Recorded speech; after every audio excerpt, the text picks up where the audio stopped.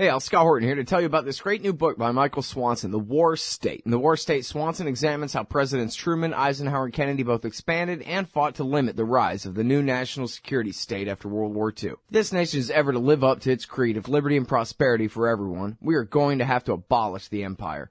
Know your enemy. Get The War State by Michael Swanson. It's available at your local bookstore or at Amazon.com in Kindle or in paperback. Just click the book in the right margin at scotthorton.org or thewarstate.com. All right, you guys, welcome back to the show. I'm Scott Horton. This is my show. Our next guest on the show has got the X-ray eyes, as my old high school history teacher used to call him. It's Marcy Wheeler. You know how when you read a law, you go, huh? Well, she doesn't do that. She reads the law and she knows exactly what it is that they're saying there. And she knows exactly how to find the reference where they changed as to shall or whatever it is that changes everything when they do an update of another thing kind of thing. She's just got magical powers along those lines. You show her something called the USA Freedom Act and she'll tell you why it's no such thing. Why is it no such thing, Marcy? Welcome back to the show. There are several problems. Look, what happened was, the government has had a problem getting all of the phone records that they want. And part of that is that they don't necessarily have access to all VoIP calls, like the one that we're on right now. Mm-hmm. That's just as well. They shouldn't spy on us when we're talking on the radio. But they also had lost access to a lot of cell phone calls. And it's not entirely clear why. I think it's partly because Verizon provides its records. This is a very well-informed hypothesis. Verizon provides its records to the government differently than AT&T and Sprint. And therefore, the government was having problems demanding certain things from Verizon. And so Verizon's only obligated under the law to provide existing business records. They don't keep a lot of these records, and therefore the government was losing access to any cell phone records that were coming across Verizon's networks. And they're one of the two key backbones providers in the United States. So they were losing all that access. And then there are smaller providers and especially providers that do a lot of burner phones. So they needed to find a way to get access to that. So that's actually the point of USA Freedom Act. It's not, the government decided that they thought it was a good idea to get the phone records out of their hands, not because they wanted to get the phone records out of their hands, but because they were increasingly running into problems getting all the records they want. So if you talk to certain honest people in D.C. or the Maryland area, they'll tell you that they sort of see this as a fair trade-off, that they're getting more coverage. So in fact, more Americans are going to be subject to this spying potentially in exchange for, having to let the providers keep their own records. So that's really what's going on. Well, and then in the process, Oh, I'm sorry, go ahead. I'm taking notes. Go ahead. No, okay, so in the process of that, and the NGOs and the reformers and everyone who wants to change this because it's absolutely crazy for the government to hold some significant subset of all of our phone records, they all, couldn't get in their mind, the other parts of the program that are abusive. So, for example, no one is fixing what happens when you get sucked up. Like I'm 2 degrees away from Edward Snowden, so it's very easy to envision getting sucked up. Once you're sucked up for life. You're in the NSA's maw, subject to whatever they want, whatever analytical stuff they want to do with your metadata for life. And that to me is even more abusive. But the reformers were just like, we got to get the phone records out of the government hands. We got to get the phone records out of the government hands. And that made them very susceptible that put them in a very weak position. They didn't realize they were giving the government something the government needed. And so they negotiated from a weak position. They didn't think through some of the other programs. So just as an example, both the New York Times and the Wall Street Journal have reported that the same provision that is used to collect all of our phone records are used to collect, for example, wire transfer records. So all of the Western Union wire transfers that go overseas, they're also collecting that. And they use it in very much the same way. They collect it, if they get a RAS-approved identifier, they're allowed to go in and see anybody who's 2 degrees of separation from that alleged terrorist.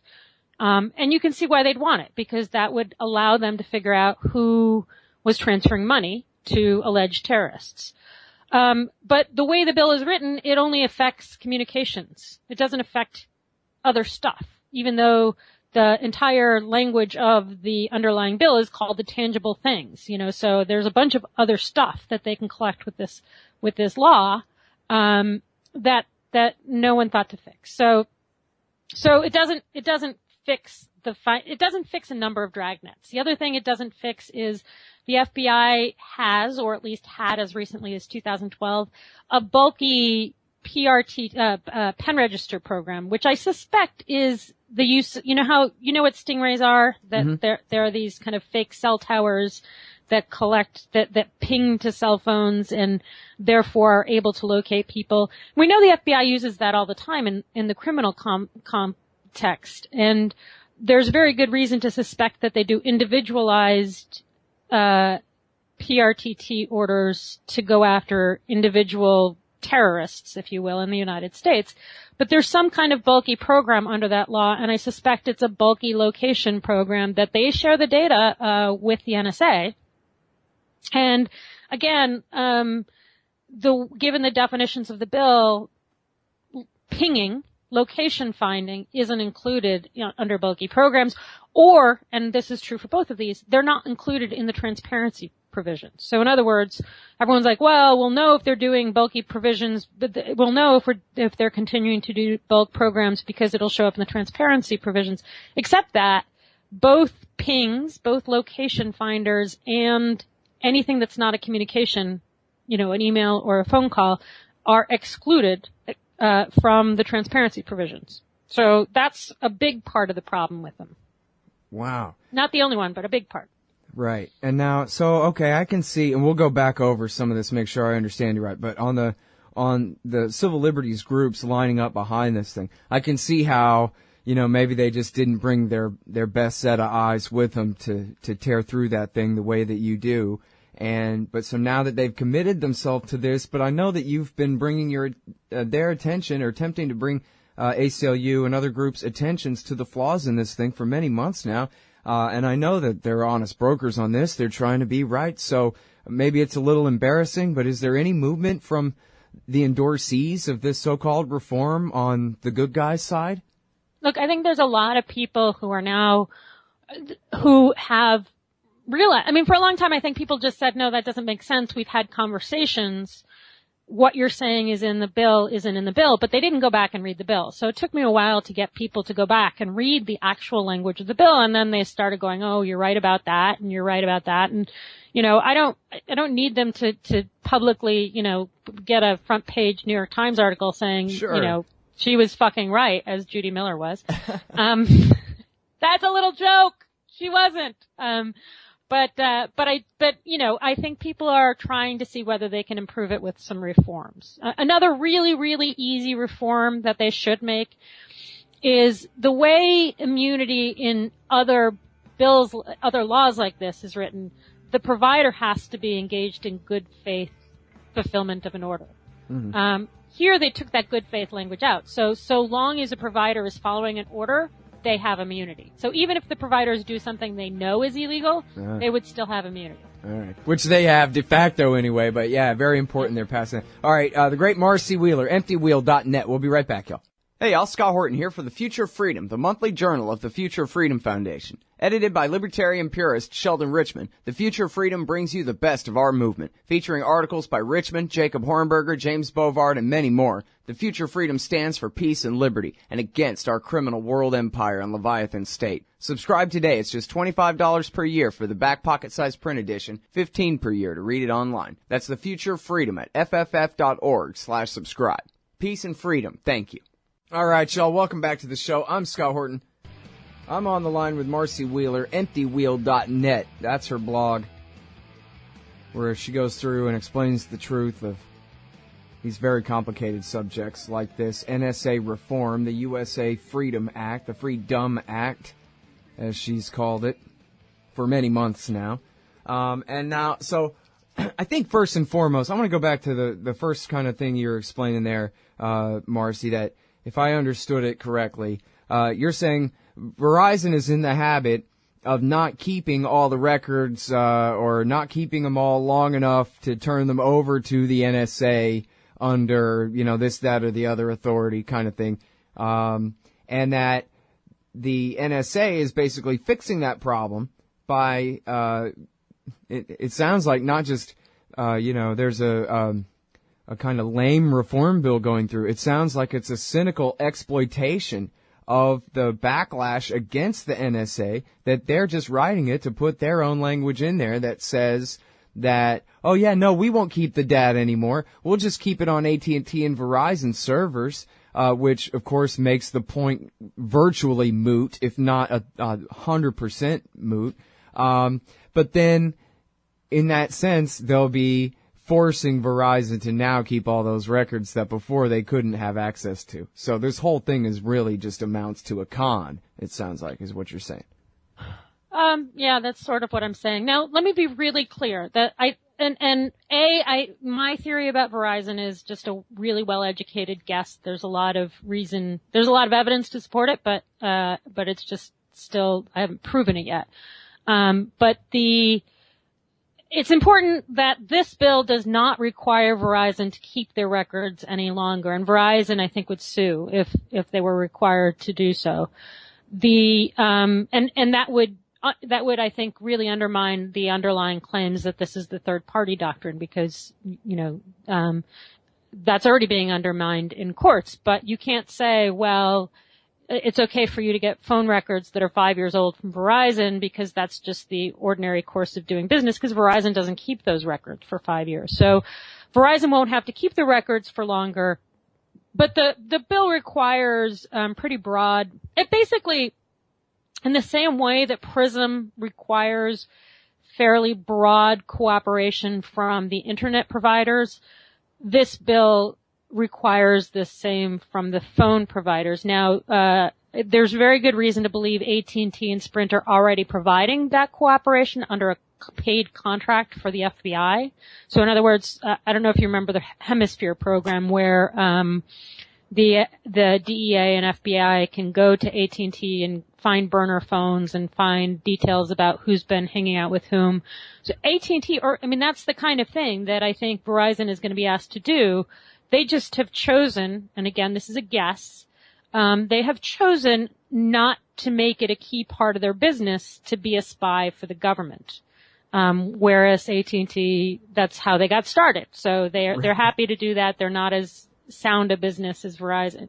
This is a guess. Again, I can't guarantee this, but we know, for example, that one of the phone providers stopped providing phone records, NSLs, National Security Letter records, to the FBI through an earlier contract provision.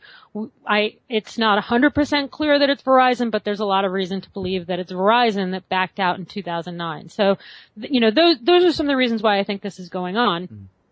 And this would, basically put Verizon into either having to itself cooperate more, intimately with the government, or to work with a contractor who would also get immunity and also get paid and also get these broad orders, so that a contractor would provide it. But in any case, I think that's sort of what would happen with the telecoms. Now, there are other things in this bill that I have concerns about. I think the transparency provisions actually are counterproductive. I think that there's an emergency provision now where if, they still have all the phone records. And if the government wants to go and use that in an emergency without getting pre-approval from the court, they then have to submit an application after the fact. And if the court rejects their application and says, you had no business getting records from this person, you basically were going after this person just for their speech. Right now, the court has the authority to make them get rid of the records. And under the bill, the court wouldn't have that authority. And I think that's nonsense, especially because the most recent Dragnet order was adding things to the emergency provisions, which makes me believe the government has already been caught abusing them, using these emergency provisions to go after people for their protected speech. So, it's stuff like that. One final really important thing that I think needs fixed is the bill adds an advocate. And the advocate is supposed to be somebody who will tell the court it's engaging in completely bogus theories, right? The advocate is supposed to say, you can't claim that relevant to means all. That's nonsense. So sort of a pseudo public defender to argue against the government's position in the secret FISA court, you're saying? Right. For all of these exotic requests, you would have an advocate in there, at least to present a different side. And James Clapper, when he said, I'm on board with USA Freedom Act, said, I'm really glad that you aren't changing ex parte proceedings in the court. Well, we got all of the records from the Yahoo challenge, which goes back to 2007, 2008, which was ex parte. And what we've seen in that is that the government withheld stuff. In fact, Bill Leonard, who used to be in charge of classification for the entire government, I showed him some of the stuff they withheld from Yahoo, and he said, "Oh, that's a bullshit classification standard." You know, they basically were withholding stuff that made it clear the government was misbehaving.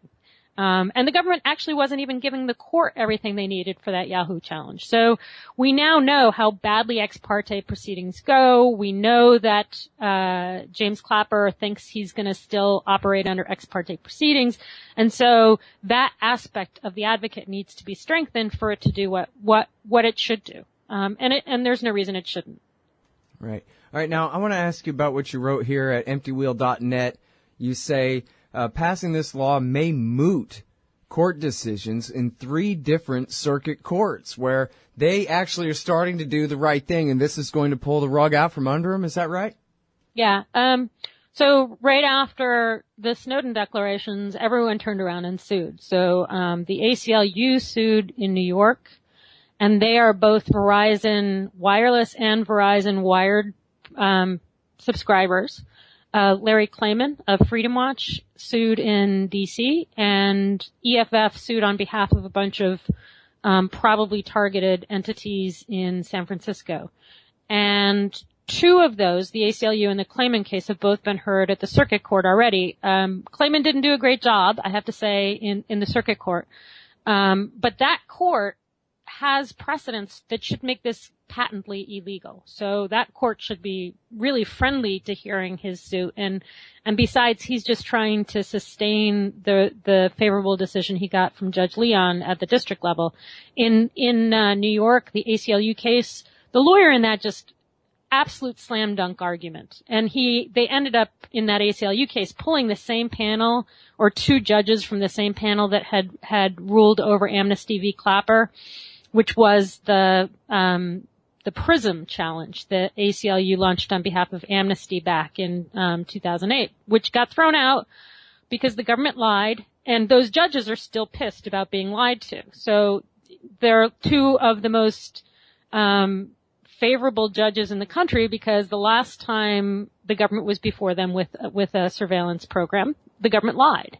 And so these judges, I think, would like to find a way to make all this surveillance more reasonable. And then the last case will be heard before the DC Circuit. I'm sorry, the Ninth Circuit in San Francisco. Actually, the plaintiff is an Idaho woman.